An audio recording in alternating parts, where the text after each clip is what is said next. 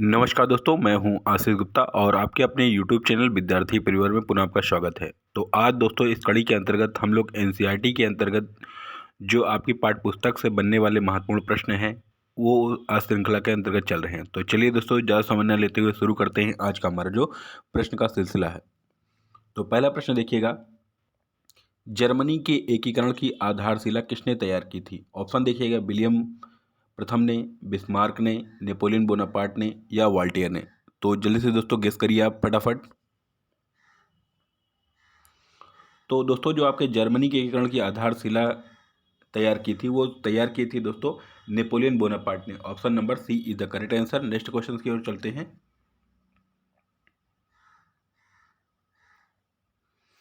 अगला क्वेश्चन देखिएगा, यूरोपीय सभ्यता का पलना किसे कहा जाता है? इटली को, फ्रांस को, हंगरी को या यूनान को? तो जल्द से गेस करिए दोस्तों फटाफट। तो दोस्तों यूरोपीय सभ्यता का पलना जो कहा जाता है वो कहा जाता है यूनान को। Option number D is the correct answer. अगला क्वेश्चन है दोस्तों,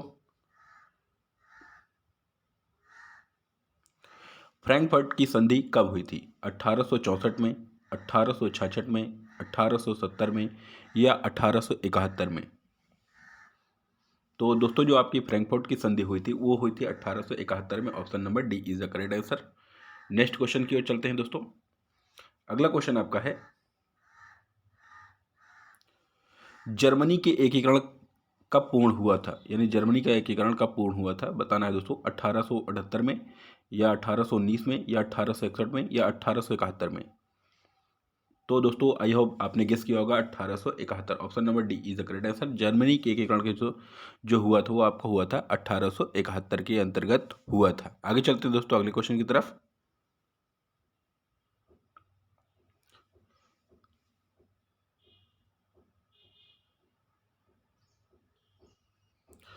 अगला क्वेश्चन देखिए दोस्तों, जर्मनी के एकीकरण के बाद चांसलर कौन बना था?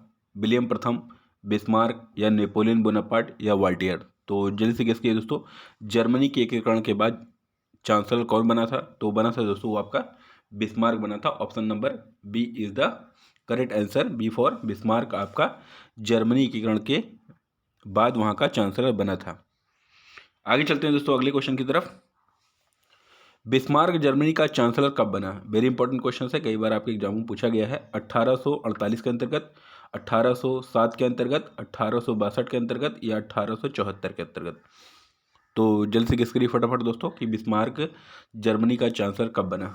तो बना था दोस्तों वो 1800 आपके 62 के अंतर्गत। ठीक है, 1862 के अंतर्गत बना था। Option number C is the correct answer. अगला क्वेश्चन चलते हैं।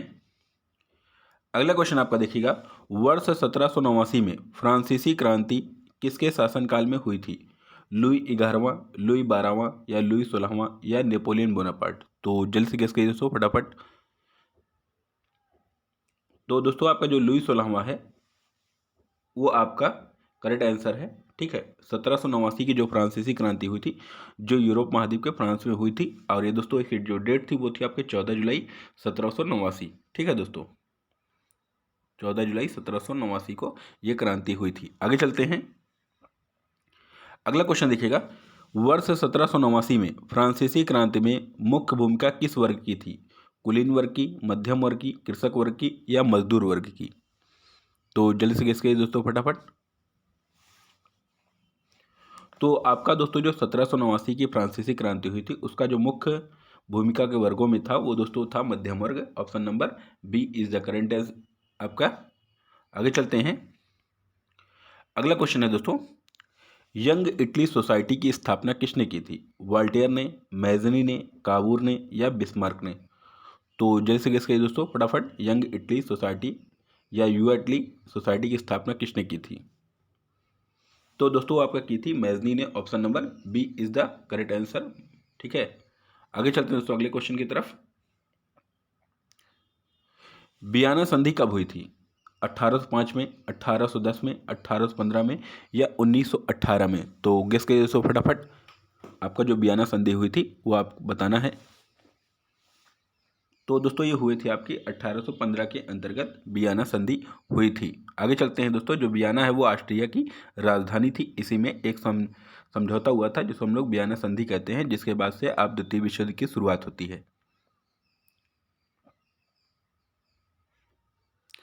अगला प्रश्न दोस्तों, नेपोलियन को किन देशों ने मिलकर हराया था? ब्रिटेन, ऑस्ट्रिया, रूस और प्रासा, उपयुक्त सभी। तो दोस्तों आपने गेस किया होगा उपयुक्त सभी। ठीक है, ब्रिटेन भी शामिल था, ऑस्ट्रिया भी शामिल था, रूस और प्रासा, ये सभी देश, ठीक है, 1815 के अंतर्गत आपका नेपोलियन बोनापार्ट को वाटरलू के मैदान में पराजित करने में सफल रहे। आगे चलते दोस्तों अगले क्वेश्चन की तरफ।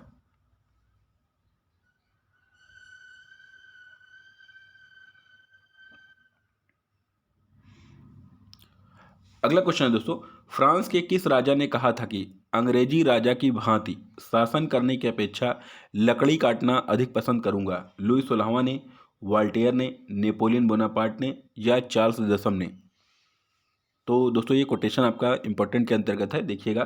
फ्रांस के किस राजा ने कहा था कि अंग्रेजी राजा की भांति शासन करने की अपेक्षा लकड़ी काटना अधिक पसंद करूंगा? यह कथन किसका है? तो यह दोस्तों आपका है चार्ल्स दसम का। ठीक है दोस्तों, जो चार्ल्स दसम थे उसने ये पंक्ति कही थी। तो चलिए दोस्तों, आप कमेंट बॉक्स में ये बताइए, किसने कहा था 100 चूहों की बजाय एक शेर का शासन अच्छा होता है? आप इसका उत्तर कमेंट बॉक्स में जरूर दीजिए। अगला क्वेश्चन देखिएगा, 1789 की फ्रांसीसी क्रांति के समय वहां किस राजवंश का शासन था? ट्यूडर वंश, स्टुअर्ट वंश, बोब्रो वंश या इनमें से कोई नहीं? तो जल्द से गेस करिए दोस्तों फटाफट।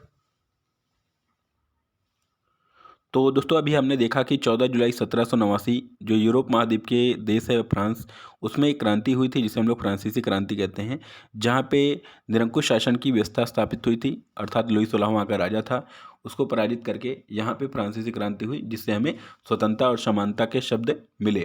तो दोस्तों यहाँ पे जो सही उत्तर है 1789 में जो फ्रांसीसी क्रांति के समय राजवंश का शासन था वहाँ पे था बोब्रो वंश। तो option number C is the correct answer. आगे चलते हैं, फ्रांस में किस शासन के दौरान सभी वयस्क पुरुषों को मताधिकार प्राप्त था? लुई 16वां का शासन में या जीरोदिस्ट शासनकाल में, नेपोलियन के शासन में या जैकोबिन क्लब के शासनकाल में? बताइए दोस्तों फटाफट। तो फ्रांस के किस शासन के दौरान सभी वयस्क पुरुषों को, महिलाओं को नहीं, वयस्क पुरुषों को केवल, ठीक है दोस्तों, याद रखिएगा।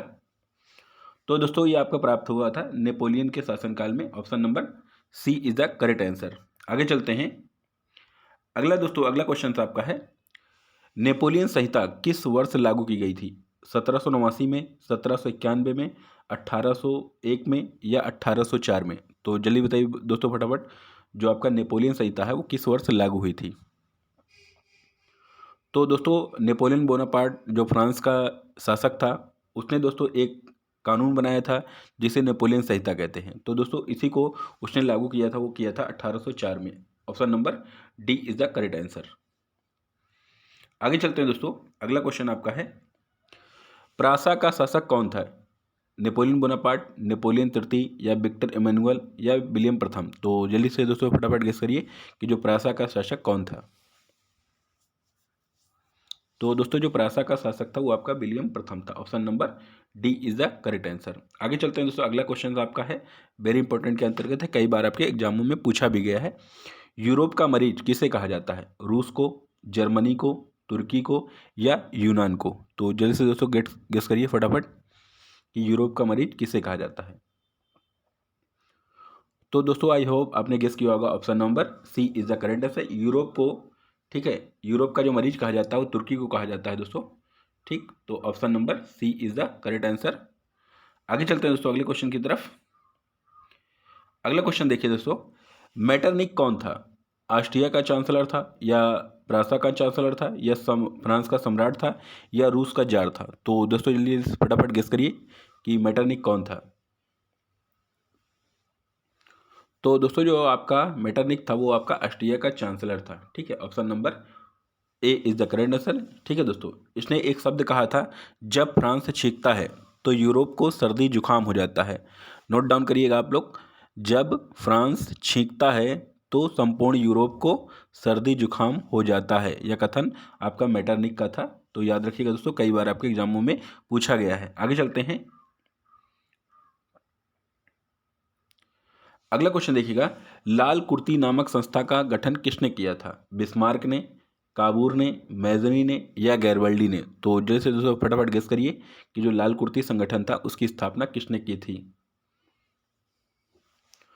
तो दोस्तों ये लाल कुर्ती जो संगठन था उसकी स्थापना गैरवल्डी ने की थी। Option number D is the correct answer. तो दोस्तों आपके लिए कमेंट बॉक्स में एक प्रश्न फिर से है पुनः कि कौन ऐसा भारतीय था जो लाल कुर्ती संगठन से जुड़ा था। तो बताना है दोस्तों कौन सा हमारा एक भारतीय नेता थे या भारतीय क्रांतिकारी थे जो हमारे क्या है लाल कुर्ती संगठन से जुड़े थे। अगला क्वेश्चन देखिएगा दोस्तों, राष्ट्रवाद की अवधारणा का जन्म किस घटना से माना जाता है? धर्म सुधार आंदोलन से, गौरवपूर्ण क्रांति से या फ्रांस की क्रांति 1789 से या स्वतंत्रता संग्राम 1857 से? तो जल्दी से दोस्तों फटाफट गेस करिए कि जो राष्ट्रवाद की अवधारणा का जन्म होता है वो किस घटना या किस क्रांति से माना जाता है। तो दोस्तों आई होप आपने गेस किया होगा, जो 1789 की क्रांति है उसी क्रांति से, ठीक है दोस्तों, राष्ट्रवाद के जन्म माने जाते हैं। ठीक है, यानी आपसे पूछा भी जाता है यूरोप में राष्ट्रवाद की अवधारणा किस क्रांति से हुई थी, तो आपको याद रखना दोस्तों फ्रांसीसी क्रांति जो 1789 को फ्रांस में हुई थी। आगे चलते हैं दोस्तों अगले क्वेश्चन की तरफ। अगला क्वेश्चन देखिए दोस्तों, रक्त और लौ की नीति किसने अपनाई थी? बिस्मार्क ने, मैजनी ने या विलियम प्रथम ने या गैरिबल्डी ने? तो जल्दी से दोस्तों बताइए फटाफट, रक्त और लौ की नीति किसने अपनाई थी? तो दोस्तों ये अपनाई थी आपके बिस्मार्क ने। Option number A is the correct answer. आगे चलते हैं अगले क्वेश्चन की तरफ। जर्मनी एवं इटली के एकीकरण के समय फ्रांस का शासक कौन था? यानी जो जर्मनी और इटली का एकीकरण हो रहा था उस समय फ्रांस में शासक कौन था? बताना दोस्तों, नेपोलियन बोनापार्ट या नेपोलियन तृतीय या विक्टर इमैनुअल या विलियम प्रथम? तो जल्दी से दोस्तों फटाफट गेस करिए कि इसमें कौन उस समय शासक था। तो दोस्तों जो जर्मनी एकीकरण और इटली के एकीकरण के समय आपका जो फ्रांस का शासक था वो आपका था नेपोलियन तृतीय। Option number B is the correct answer.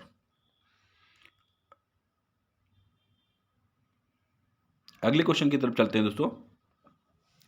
अगला है आपका, मारियान किस देश के राष्ट्रवाद का प्रतीक माना जाता है? फ्रांस के, रूस के, इटली के या जर्मनी के? तो बताइए दोस्तों फटाफट। तो दोस्तों आपने गेस किया होगा option number A is the correct answer. जो फ्रांस में एक चित्र बनाया गया था उसका नाम था मारियाना। ठीक है दोस्तों, मारियाना और जर्मेनिया ये दो ऐसे चित्र बनाए गए थे जो स्वतंत्रता की देवी से संबंधित थे। जिस प्रकार हमारे भारत माता स्वतंत्रता की देवी से संबंधित थी उसी प्रकार यूरोप के राष्ट्रवाद में जो फ्रांस क्रांति हो रही थी उस क्रांति में मारियाना भी उस देश के राष्ट्रवाद के प्रतीक के रूप में मानी जाती है। आगे चलते हैं दोस्तों अगले क्वेश्चन की तरफ। अगला क्वेश्चन दोस्तों, फ्रेडरिक सरियू कौन था? तो फ्रेडरिक सरियू कौन था बताना दोस्तों। फ्रांसीसी चित्रकार था या ब्रिटिश चित्रकार था या अमेरिकी चित्रकार था या जापानी चित्रकार था? तो बताइए दोस्तों फटाफट, फ्रेडरिक सरियू कौन था? तो दोस्तों जो आपका फ्रेडरिक सरियू था वो आपका एक फ्रांसीसी चित्रकार था जिसने दोस्तों मारियाना का चित्र बनाया था, स्वतंत्रता की देवी का पहला इसने एक चित्र बनाया था। 4 श्रृंखला के अंतर्गत आप कक्षा 10 का जब उठाते हैं उसमें आप देख सकते हैं दोस्तों। तो उस 4 श्रृंखलाओं को उसने जोड़कर क्या किया, एक चित्र बनाया जिसको उसने क्या दिया दोस्तों, स्वतंत्रता की क्रांति का नाम दिया था। आगे चलते हैं। अगला क्वेश्चन है दोस्तों, ये देखिए आपके सामने प्रश्न है। ठीक है, तो प्रश्न को आप पढ़िए अच्छे से। जब फ्रांस छींकता है तो बाकी यूरोप को सर्दी जुकाम हो जाता है, ये शब्द कहे थे नेपोलियन ने, बिस्मार्क ने या लुई फिलिप ने या मैटरनिक ने? तो दोस्तों जल्दी से इसका उत्तर आप कमेंट बॉक्स में गेस करिए और दीजिए। ठीक है दोस्तों, जो पीछे उत्तर बताया गया है दोस्तों फटाफट आगे चलते हैं। इस प्रश्न का उत्तर आप स्वयं देंगे। अगला आपका बात करेंगे दोस्तों, जर्मेनिया रूपक है किसका रूपक था? आपका फ्रांसीसी गणराज्य की या ब्रिटिश राष्ट्रवाद की या जर्मन राष्ट्रवाद की या जापानी राष्ट्रवाद की? तो जो दोस्तों आपका फ्रांस में था वो आपका था मारियाना। तो यही जर्मनी में जो राष्ट्रवाद के प्रतीक के रूप में माना जाता था वो माना जाता जर्मेनिया को। तो option number C is the correct answer दोस्तों। अगले चलते हैं दोस्तों अगले क्वेश्चन की तरफ। वियना सम्मेलन जो 1815 की मेजबानी किसने की थी? तो जो वियना सम्मेलन हुआ था 1815 में, उसकी मेजबानी किसने की थी? ऑस्ट्रिया के चांसलर ड्यूक मेटरनिख ने, या ब्रिटेन के प्रधानमंत्री विंस्टन चर्चिल ने, या जर्मनी का चांसलर बिस्मार्क ने, या फ्रांस का शासक नेपोलियन ने? तो जल्दी से दोस्तों फटाफट गेस करिए, बताइए। तो दोस्तों आपका जो किया था वो आपका किया था ऑस्ट्रिया का जो चांसलर था, ठीक है दोस्तों, ड्यूक मेटरनिख ने ही किया था। आगे चलते हैं दोस्तों, option number A is the correct answer. अगला क्वेश्चन है दोस्तों, यूरोप में 19वीं शताब्दी के शुरुआती दशकों में राष्ट्रीय एकता से संबंधित विचार किस अवधारणा से जुड़े थे? अनुदारवाद, उदारवाद, या सामंतवाद, या साम्राज्यवाद? तो दोस्तों फटाफट गेस करिए कि यूरोप में जो 19वीं शताब्दी में शुरुआती दशकों में राष्ट्रीय एकता से संबंधित जो विचार के अवधारणा जुड़े, वो किससे जुड़े थे? तो दोस्तों जुड़े थे आपके उदारवाद से। जो आपका लिबरलिज्म है, ठीक है दोस्तों, उदारवादी, इनको कहना क्या था? क्रांति एक शांतिपूर्ण ढंग से हो सकती है, यानी परिवर्तन हो सकता है, इसमें किसी प्रकार के हिंसा की आवश्यकता नहीं होती है। आगे चलते हैं दोस्तों अगले क्वेश्चन की तरफ। तो अगले क्वेश्चन जाने से पहले दोस्तों, अगर आपने अभी तक अपने चैनल विद्यार्थी परिवार को सब्सक्राइब नहीं किया है तो कर लीजिए दोस्तों, ताकि आपको ऐसे ही वीडियो मिलते रहें और अपने दोस्तों के भी जोड़कर इसमें सहयोग प्राप्त कर सकते हैं दोस्तों। तो चलिए दोस्तों आगे चलते हैं अगले क्वेश्चन की तरफ।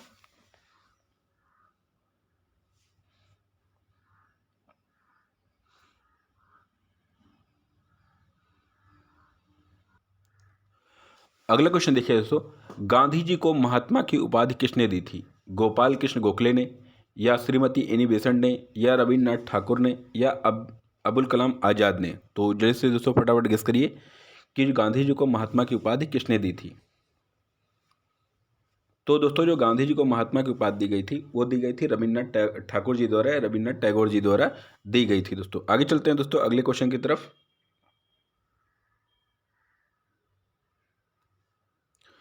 अगला क्वेश्चन देखिए दोस्तों, गांधी जी ने सत्याग्रह का प्रयोग पहली बार कहाँ किया था? भारत में, दक्षिण अफ्रीका में, इंग्लैंड में, या जर्मनी में? तो जल्दी से बताइए दोस्तों, जल्दी फटाफट।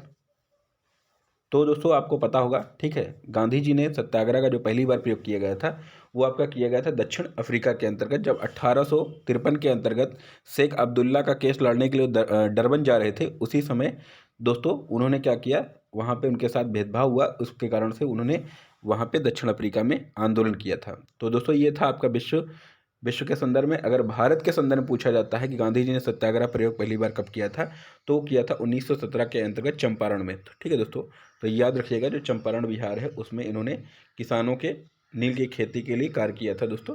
तो चंपारण याद रखिएगा। आगे चलते दोस्तों अगले क्वेश्चन की तरफ।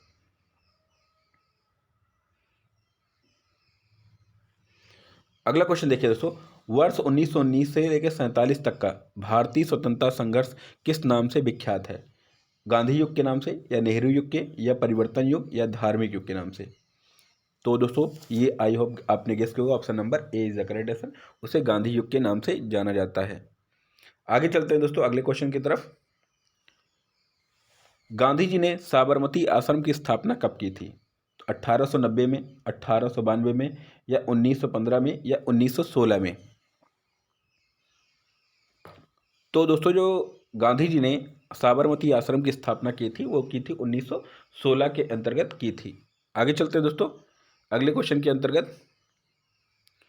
अगला क्वेश्चन आपका देखिएगा दोस्तों, गांधी जी दक्षिण अफ्रीका कब गए थे? 1870 में, 1875 में, या 1893 में, या 1898 में?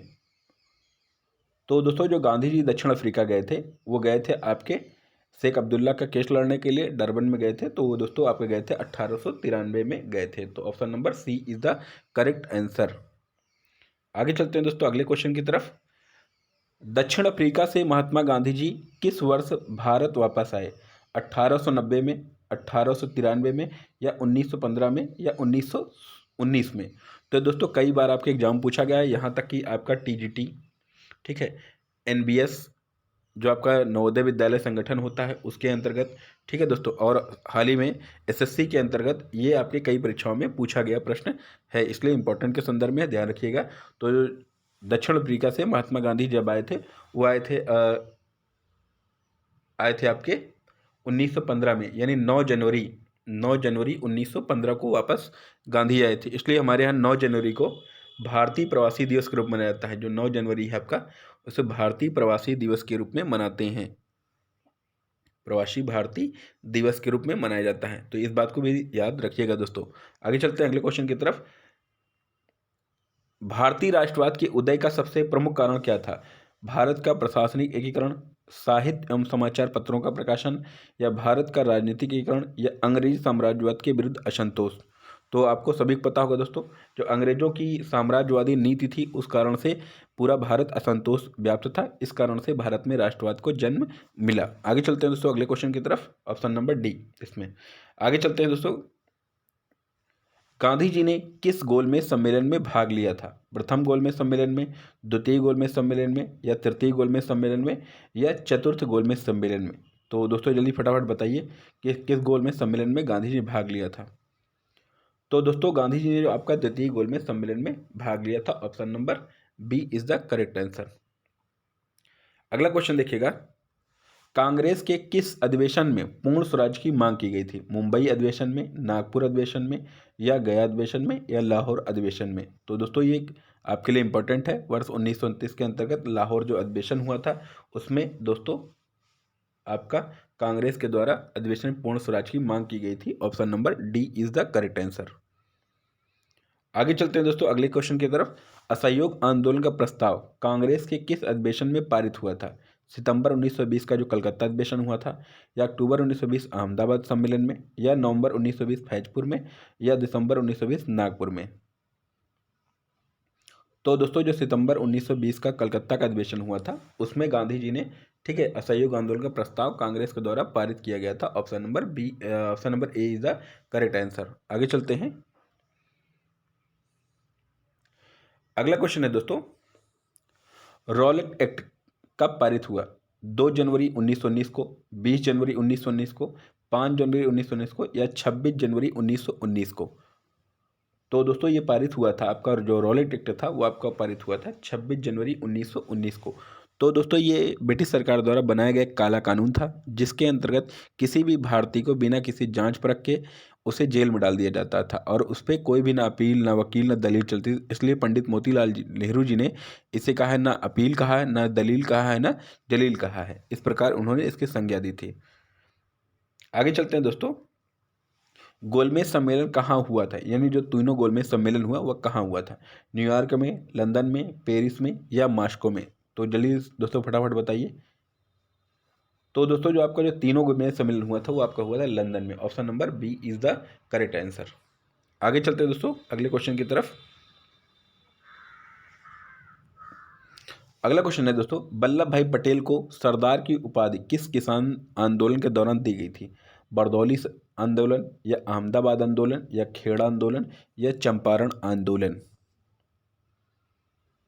तो आई होप दोस्तों आपने गेस किया होगा। बरदौली सत्याग्रह के अंतर्गत भारत की महिलाओं ने सरदार वल्लभ भाई पटेल जी को सरदार की उपाधि दी थी। आगे चलते हैं दोस्तों अगले क्वेश्चन की तरफ। अगला क्वेश्चन है दोस्तों, गांधी जी ने साबरमती आश्रम की स्थापना क्यों की? नमक कानून भंग करने के उद्देश्य से, ब्रिटिश अधिकारियों के विद्रोह करने हेतु, या व्यापारियों के विद्रोह हेतु, या उद्योगपतियों के विद्रोह हेतु? तो दोस्तों बताइए जल्दी से, गांधी जी ने जो 1916 के अंतर्गत साबरमती आश्रम की स्थापना की थी वो क्यों की थी? तो दोस्तों आपको पता होगा, नमक कानून भंग करने के उद्देश्य से की थी। Option number A is the correct answer. आगे देखिए दोस्तों अगला क्वेश्चन है आपका, साइमन आयोग किस वर्ष भारत आया? 1922 में, 1924 में, 1927 में, या 1928 में? तो दोस्तों जो साइमन आयोग था वो भारत में हो रहे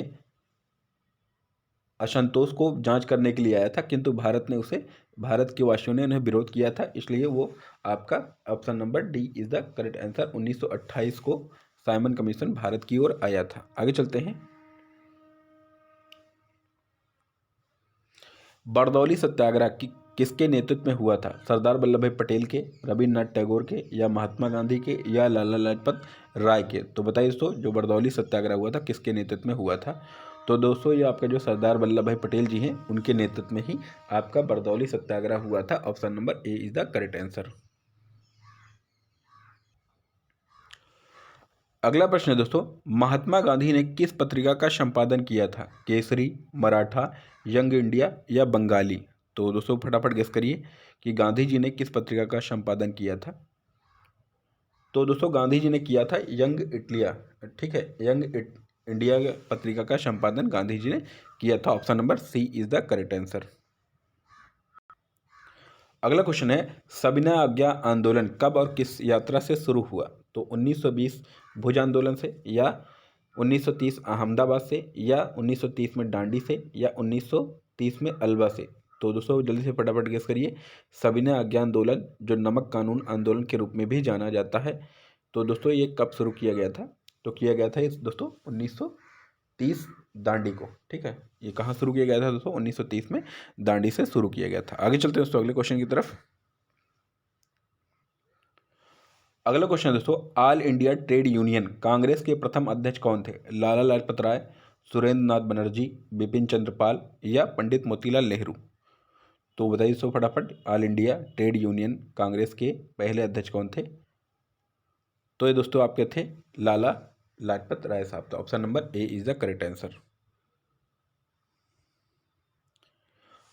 अगला क्वेश्चन है दोस्तों, पूर्ण स्वराज्य दिवस कब मनाया गया? 26 जनवरी 1930 को, 26 जनवरी 1931 को, या 26 जनवरी 1932 को, या 26 जनवरी 1950 को? तो दोस्तों ये जो 26 जनवरी 1930 है, इसी दिन हमने भारत का पूर्ण स्वराज्य दिवस मनाया था। तो option number A is the correct answer. आगे चलते हैं। अगला क्वेश्चन देखिए दोस्तों, भारत में होम रूल आंदोलन किसने चलाया था? बाल गंगाधर तिलक एवं एनी बेसेंट ने, लाला लाजपत राय एवं पंडित मोतीलाल नेहरू ने, या दादा भाई नौरोजी और सुरेंद्र नाथ बनर्जी ने, या बिपिन चंद्र पाल एवं महात्मा गांधी ने? तो दोस्तों बताइए जल्दी से, भारत में होम रूल आंदोलन किसने चलाया था? तो दोस्तों बाल गंगाधर तिलक और एनी बेसेंट ने ही होम रूल आंदोलन चलाया था। Option number A is the correct answer. अगला क्वेश्चन है दोस्तों, सर्वेंट ऑफ इंडिया सोसाइटी के संस्थापक कौन थे? बिपिन चंद्र पाल, गोपाल कृष्ण गोखले, एमजी रनाडे यानी महादेव गोविंद रनाडे जी, और बीजी तिलक जी यानी बाल गंगाधर तिलक जी? तो बताइए दोस्तों, सर्वेंट ऑफ इंडिया की स्थापना किसने की थी? तो दोस्तों की थी आपकी गोपाल कृष्ण गोखले ने। Option number B is the correct answer. अगला क्वेश्चन है दोस्तों, भारतीय राष्ट्रीय कांग्रेस के प्रथम अध्यक्ष कौन थे? लाला लाजपत राय, बाल गंगाधर तिलक, लाला हरदयाल जी, या बोमेश चंद्र बनर्जी? तो बताइए दोस्तों फटाफट कि भारतीय राष्ट्रीय कांग्रेस के पहले अध्यक्ष के रूप में कौन थे? तो दोस्तों आपके थे बोमेश चंद्र बनर्जी, ठीक है, जिसे हम लोग बीसी बनर्जी भी कहते हैं। इनका पूरा नाम क्या है? बोमेश चंद्र बनर्जी। अगला प्रश्न है दोस्तों, असहयोग आंदोलन कब स्थगित हो गया? 12 फरवरी 1920 को, 12 फरवरी 1921 को, या 12 फरवरी 1922 को, या 12 फरवरी 1923 को? असहयोग आंदोलन कब स्थगित हो गया, बताना दोस्तों। तो दोस्तों यह हुआ था आपका 12 फरवरी 1922 को, ठीक है। 12 फरवरी 1922 को असहयोग आंदोलन पूरी तरीके से स्थगित कर दिया गया था। तो option number C is the correct answer. आगे चलते हैं दोस्तों अगले क्वेश्चन की तरफ। अगला क्वेश्चन है, साइमन कमीशन के अध्यक्ष कौन थे? Sir John Simon, A B Alexander, या श्रीमती एनी बेसेंट, या जॉन क्रिप्स? तो बताइए दोस्तों फटाफट। तो दोस्तों जो साइमन कमीशन का अध्यक्ष था वो था आपका सर जॉन साइमन। इन्हीं के नाम पर साइमन कमीशन की स्थापना हुई थी, जिन्हें 1928 में भारत द्वारा क्या किया गया था? गो बैक का नारा दिया गया था। आगे चलते हैं दोस्तों। अगला क्वेश्चन देखिएगा दोस्तों, अखिल भारतीय किसान सभा का गठन कब और कहाँ हुआ था? 1927 सोनपुर में, बिहार यानी, 1928 बिहटा, 1929 पटना में, या 1936 लखनऊ में? तो जल्दी बताइए दोस्तों, अखिल भारतीय किसान सभा की स्थापना कब और कहाँ हुई थी? तो दोस्तों जो अखिल भारतीय किसान सभा की स्थापना हुई थी, गठन हुआ था, वो था 1927 में सोनपुर बिहार के अंतर्गत हुआ था। Option number A is the correct answer. आगे देखिएगा दोस्तों, हिंदू महासभा की स्थापना कब और किसके द्वारा की गई थी? 1915 मदन मोहन मालवीय जी द्वारा, 1929 राजाराम मोहन राय द्वारा, या 1929 KB हेडगेवार द्वारा, या 1885 दयानंद सरस्वती द्वारा। तो दोस्तों जो आपके हिंदू महासभा की स्थापना हुई थी वो आपकी हुई थी 1915 में मदन मोहन मालवीय जी द्वारा। आगे चलते हैं दोस्तों अगले क्वेश्चन की तरफ। अगला क्वेश्चन है ऑल इंडिया मुस्लिम लीग की स्थापना किस वर्ष हुई थी? 1906 ईस्वी में, 1907 ईस्वी में, 1908 ईस्वी में, या 1909 ईस्वी में? तो दोस्तों जो ऑल इंडिया मुस्लिम लीग की स्थापना हुई थी वो हुई थी 1906 के अंतर्गत हुई थी। Option number A is the correct answer. आगे देखिए दोस्तों अगला क्वेश्चन है नेहरू रिपोर्ट किस वर्ष प्रस्तुत किया गया था? 1928 में, 1930 में, या 1931 में, या 1932 में? तो दोस्तों जो आपका नेहरू रिपोर्ट प्रस्तुत किया गया था वो किया गया था 1928 में। Option number A is the correct answer. आगे चलते हैं दोस्तों अगले क्वेश्चन की तरफ। चौरी चौरा वर्तमान में भारत के किस राज्य में स्थित है? यह जो चौरी चौरा है वर्तमान भारत के किस राज्य में स्थित है? उत्तर प्रदेश में, बिहार में, या पंजाब में, या आपका जम्मू कश्मीर में? तो दोस्तों जो आपका चौरी चौरा वर्तमान भारत के आपके उत्तर प्रदेश राज्य में है। अगर जिला की बात की जाए तो दोस्तों ये पड़ता है गोरखपुर। ठीक है, गोरखपुर के पास ही है हमारा चौरीचंद, जिसे आप क्या कहा जाता है दोस्तों?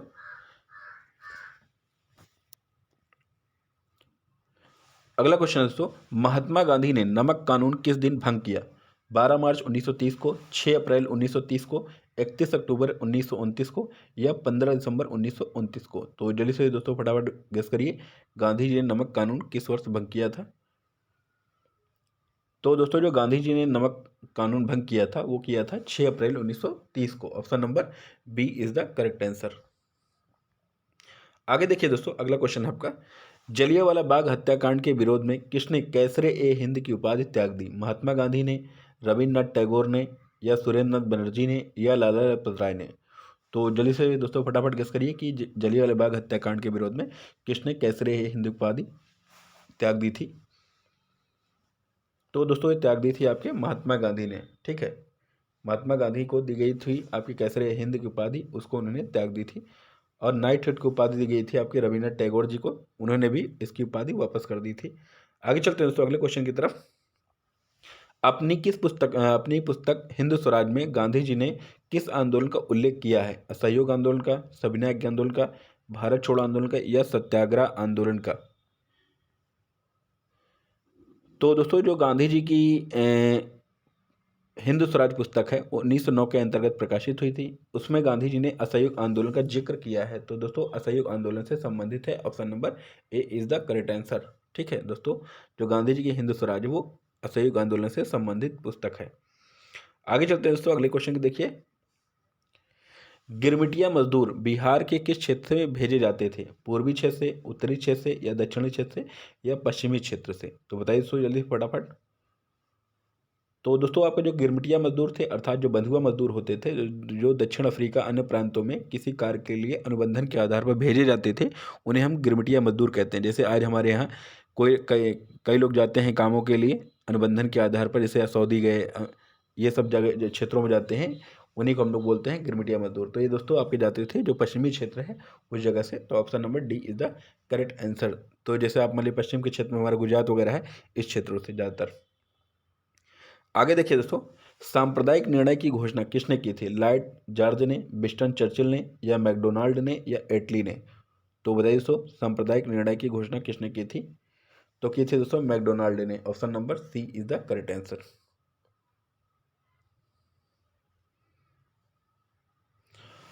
अगला दोस्तों पूर्ण स्वराज की मांग का प्रस्ताव कांग्रेस के किस वार्षिक अधिवेशन में पारित हुआ था? 1929 लाहौर अधिवेशन में, 1931 कराची अधिवेशन में, या 1933 कलकत्ता अधिवेशन में, या 1937 बेलगांव अधिवेशन में? तो दोस्तों आपका जो पूर्ण स्वराज की मांग का प्रस्ताव किया गया था वो दोस्तों किया गया था आपका 1929 के लाहौर अधिवेशन में। ऑप्शन नंबर एक इज द करेक्ट आंसर। अगला क्वेश्चन है दोस्तों इंडियन नेशनल कांग्रेस का संस्थापक किसे माना जाता है? यानी भारतीय राष्ट्रीय कांग्रेस का संस्थापक किसे माना जाता है? आप देखिए दोस्तों, मोहन दास करमचंद गांधी को, दादा भाई नौरोजी को, भीमेश बनर्जी को या एयू होम को। तो दोस्तों माना जाता है ये आपके यानी जो आपका राष्ट्रीय कांग्रेस है इसकी स्थापना का संस्थापक माना जाता है एयू होम को, जिन्होंने 1885 में इसकी स्थापना मुंबई में की थी। ठीक है दोस्तों, option number D is the correct answer.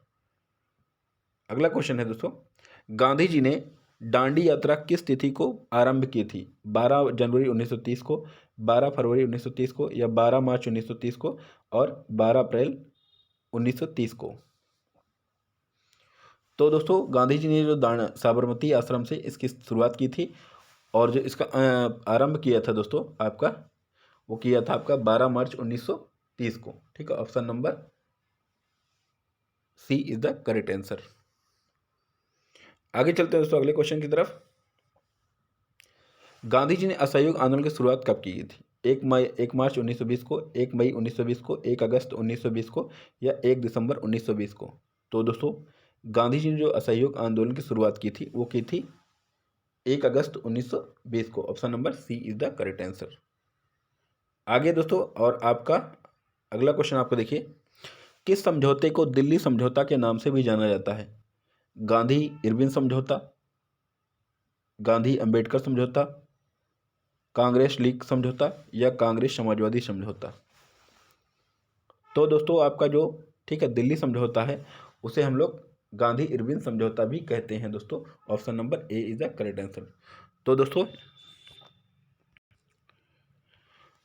अगला क्वेश्चन है दोस्तों और इस वीडियो का अंतिम क्वेश्चन है, देखिएगा, जलियांवाला बाग हत्याकांड की जांच के लिए किस आयोग की स्थापना की गई थी? डायर आयोग, रॉलेट आयोग या जेम्स फोर्ड आयोग या हंटर आयोग। तो दोस्तों जो 1919 का जो जलियांवाला हत्याकांड हुआ था उसकी जांच के लिए एक आयोग आया था, उसका नाम था हंटर आयोग। ठीक है, तो option number D is the correct answer. तो दोस्तों अगर आपको वीडियो अच्छा लगा हो तो इसे लाइक कर दीजिए और अपने दोस्तों भी शेयर कर दीजिए। तो दोस्तों ये आपके सभी परीक्षाओं के लिए महत्वपूर्ण है। ठीक है दोस्तों, फिर अगले वीडियो मिलते हैं, तब तक के लिए जय हिंद जय भारत।